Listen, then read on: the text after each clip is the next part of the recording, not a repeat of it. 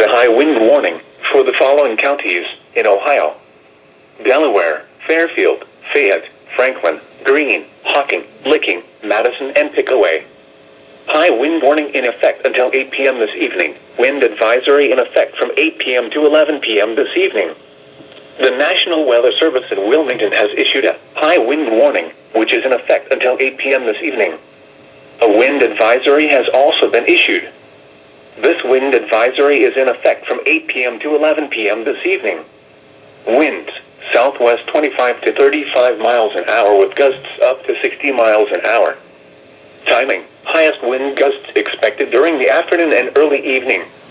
High winds will bring down trees and power lines. Lightweight objects such as trash cans and deck furniture should be secured. Use extreme caution while driving, especially when crossing bridges and overpasses. Secure outdoor objects. The high winds may topple trees, down power lines, and damage some structures. Drivers of high-profile vehicles or trailers should delay their travel until winds diminish. If you must drive, be alert to sudden gusts of wind which may cause you to lose control of your vehicle.